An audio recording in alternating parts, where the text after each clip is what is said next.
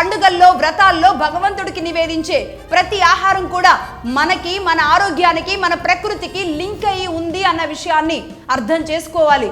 ఓ మనిషి, నువ్వే బతకరా, అయితే దినదినం గండంగా కాకుండా ఆరోగ్యంగా ఆయుష్గా బతకరా అని చెప్పినదే మన సనాతనం, మన భూమి, మన గోవు. అలాంటి భూమిని మనం కెమికల్స్తో ముంచేస్తున్నాం. మరి కెమికల్ ధాన్యాలు కాక మంచి ధాన్యాలు వస్తాయా? అలాగే గోవును కూడా మనం ఇదే కెమికల్తో చంపేస్తున్నాం. ఈ క్రాస్ బ్రీడ్లు తెచ్చి ఇవే మంచివని మురిసిపోతున్నాం. ఇవన్నీ ఆలోచించే ఆనాటి మన రాజులు ఈ విధంగా మన కోసం గోవులని, అలాగే భూమిని, వీటన్నింటినీ కూడా మన కోసం దాచిపెట్టారు.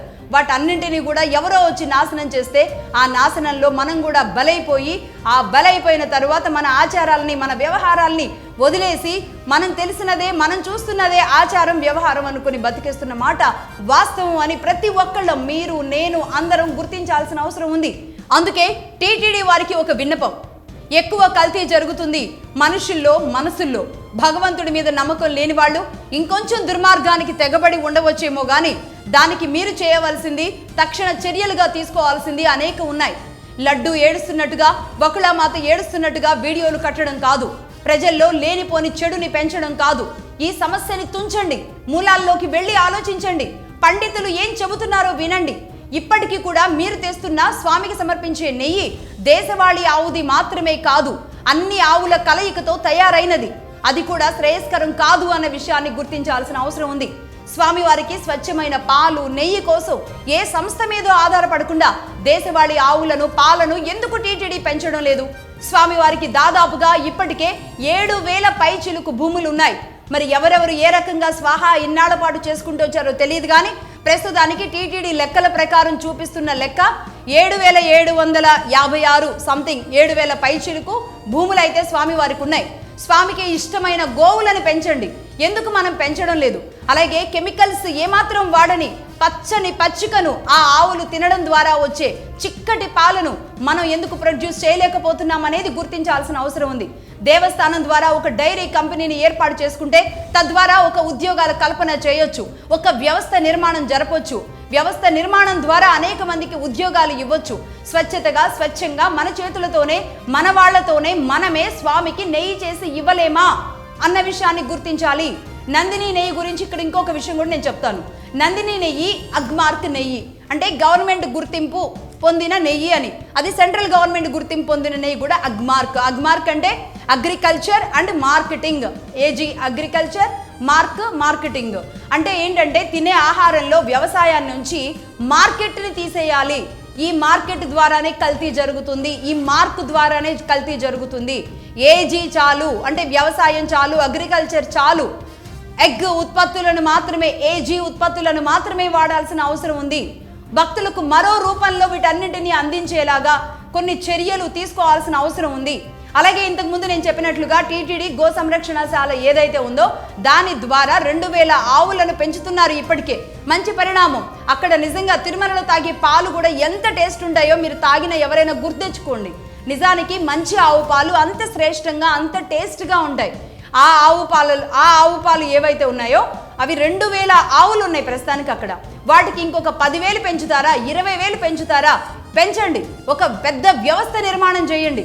భారతదేశంలోనే ఇంత పెద్ద గోశాల లేదు, అది టీటీడీ ఆధ్వర్యంలో ఆంధ్రప్రదేశ్లో నడుస్తుంది అన్న విషయాన్ని తెలియజేయండి.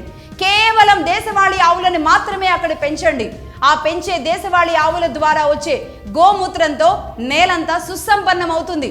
దేశవాళీ ఆవుల పేడ ద్వారా ఎంత మంచి ఎరువు భూమికి అందుతుందో తెలుసా? ఈ గోమయం ఏదైతే ఉందో పేడ, గోమయం ద్వారా ఎన్ని హోమాలకు ఆవు పిడకలు ఇవ్వచ్చో తెలుసా? ఆ పిడకల ద్వారా చేసే హోమం విశిష్టత ఎంత పవర్ఫుల్గా ఉంటుంది. నేచర్లోకి ఈ పిడకల పొగ చేరడం ద్వారా గాలి పొల్యూషన్ తగ్గుతుంది, ఆక్సిజన్ లెవెల్స్ పెరుగుతాయి. తద్వారా ఈ పొగ ఆకాశంలోకి చేరినప్పుడు ఒక మేఘ మదనం జరుగుతుంది. ఆ మేఘ మదనం ద్వారా వచ్చిన వానలు విషం లేకుండా ప్రకృతికి, అలాగే భూమికి, మనుషులకి ఉపయోగపడేలాంటి అద్భుతమైన మంచి వాన వచ్చి పడుతుంది. చక్కటి భూమి, నీరు, గాలి, ఇలా ప్రతి ఒక్కటి పంచభూతాలలోని భాగమే ఆవు. ఆ విషయాన్ని మనం గుర్తించాలి.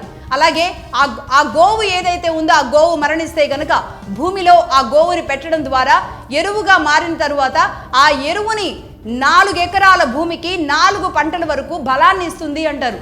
నిజంగా ఇలాంటివన్నీ వింటే ఆశ్చర్యం వేస్తుంది కదా.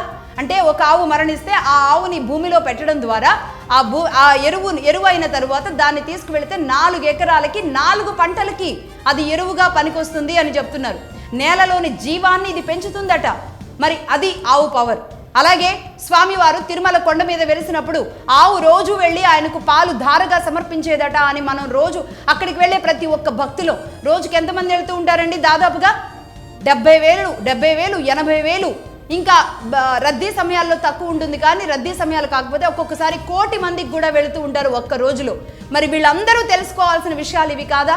స్వామివారికి వెళ్ళాం, స్వామివారిని చూసాం, మొక్కుకున్నాం, మనకు కావాల్సింది జరిగింది మాత్రమే కాదు, అక్కడ జరిగే అపచారాలు ఏంటి, తద్వారా రాజ్యం అంటే మన రాష్ట్రానికి, తద్వారా దేశానికి మనం చేసుకోవాల్సింది ఏంటి అనేది ఆ దేవాలయంలోకి అడుగుపెట్టినప్పుడు నేర్చుకోవాల్సిన అవసరం ఉంటుంది. అందుకే తిరుమలలో స్వామివారికి అంటే గోవు మాత్రమే గుర్తించింది. ఆ పుట్ట దగ్గరకు వెళ్ళి స్వామివారికి ఆ గోవు పాలు ధారగా వదులుతూ ఉండేది. ఆ తర్వాత ఆ కథంతా అందరికీ తెలిసిందే. అలా అందుకోసమే కేవలం ప్యూర్గా దేశవాళీ ఆవు ద్వారా వచ్చే నైవేద్యాలు మాత్రమే వాడుతూ ఉంటారు. అలాగే నైవేద్యాలకే కాదు, దీపారాధనకు కూడా ఆ ఆవు నెయ్యి పాలు, ఆవు నెయ్యిని, అలాగే మిగతా ప్రసాదాలకు ఆ పాలను మాత్రమే వాడుతూ ఉంటారు. గోదావరి పుట్టిన ప్రాంతం ఏమంటాం? గోముఖం. గంగానది పుట్టిన ప్రాంతం ఏమంటాం? గోముఖం. గోవుని సంరక్షిద్దాం అన్న విషయాన్ని మనం ఆలోచిస్తే దేశంలో, భూమిలో మనతో ఎలా సమ్మిళితమై ఉంది గోవు అనే విషయం మనకు అర్థమవుతుంది. ప్రతిరోజు స్వామివారి సేవకులుగా చాలామంది అనేక ప్రాంతాల నుంచి భక్తులు తిరుమల కొండ మీద 7 రోజుల పాటు సేవల్లో తరిస్తూ ఉంటారు కదా. నిజానికి వాళ్ళని చూస్తే ఆ సేవకి వెళ్ళొచ్చిన వాళ్ళను కూడా స్వామివారిగా భావించి కాళ్ళకి నమస్కారం చేసి వాళ్ళ కాళ్ళు కడిగి ఇంట్లో వాళ్ళు లోపలికి ఆహ్వానిస్తారు. స్వామివారి దగ్గర 7 రోజులు కొండ మీద వచ్చారు అని. మరి అలాగే అదే విధంగా ప్రత్యేకంగా ఈ గోసేవకు కూడా పిలుపునివ్వాల్సిన అవసరం ఉంది. టీటీడీ ద్వారా గోసేవకు కూడా పిలుపునివ్వండి. 1000 మంది కదిలి వస్తారు. ముఖ్యంగా ఈనాటి జనరేషన్ని భాగస్వామ్యం చేయండి. కాలేజీలో ఉన్న పిల్లల్ని ఏడాదికి కొన్ని రోజులు ఇంటర్న్షిప్ లాగా ఆవు అవసరం తెలిసేలాగా చేయండి. ఆవు పెంపకం ఏంటి, ఆవు ఆంతర్యం ఏంటి, ఆవుతో సేద్యం, ఆవు స్వచ్ఛత ఎలా ఉంటుంది, కల్తీ ఏది, అసలైనది ఏది, ఇవన్నీ కూడా ఈనాటి యువత తెలుసుకుంటారు. వాళ్ళకి అర్థమయ్యేలాగా చెప్పే ఒక ఈకో సిస్టమ్ని సెట్ చేసిన వాళ్ళు అవుతారు టీటీడీ వాళ్ళు. గోవు అంటే ఒక సాంప్రదాయం కాదు, గోవు అంటే ఒక సైన్స్ అని వాళ్ళు అర్థం చేసుకునేలాగా మీరు ఒక సిస్టమ్ తయారు చేసి వాళ్ళకి చూపించండి. గోశాలలో ఈ జనరేషన్తో పని చేపించేలాంటి ఒక కొత్త విధానాన్ని తీసుకురండి. ఒకవేళ ఇది కాదు, ఇది సరిపోదు అని మీరు భావిస్తే గనక స్వామివారి భక్తుల నుంచి రాష్ట్ర వ్యాప్తంగా నెయ్యి సేకరించేలాంటి ఇంకొక ఆల్టర్నేట్ కార్యక్రమం ఏమైనా ఉంటుందో తీసుకోండి. గోవిందుడు అందరివాడు అని ఆయన్ని గ్రామానికి తీసుకొచ్చి గోవిందుడి కళ్యాణం నిర్వహిస్తున్న మనం స్వామివారి కోసం వాడే నెయ్యిని గ్రామాల నుంచి ప్రొక్యూర్ చేసుకునేలాంటి ఒక కొత్త విధానాన్ని తీసుకురండి. తిరుమలకు ఎలా అయితే కూరగాయలు, సామాన్లు లారీల రూపంలో చాలామంది దాతలు, రైతులు ఇస్తూ ఉంటారో, అలాగే నెయ్యి కూడా తరలి వచ్చేలాగా ఒక నెయ్యి సేకరణ వ్యవస్థల్ని ఏర్పాటు చేయండి. ఈ ఒక్క పిలుపుతో పాడిని వదిలేసిన పల్లెలు నిద్రలేస్తాయి. ఇంటికొక కామధేనువుని పెంచడం మొదలు పెడతాం.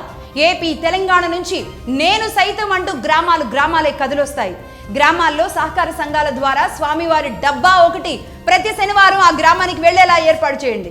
ఆ ఆదాయం ఇదే రైతులకు ఇవ్వండి. అంటే ఏడాదికి 250 కోట్లు మీరు నెయ్యి కొంటున్నారు కదా, దీనిని ఇదే రైతులకి 250 కోట్లు మన రాష్ట్రంలో ఉన్న రైతులకి ఇంకొక రూపంలో అందించినట్టు కాదా?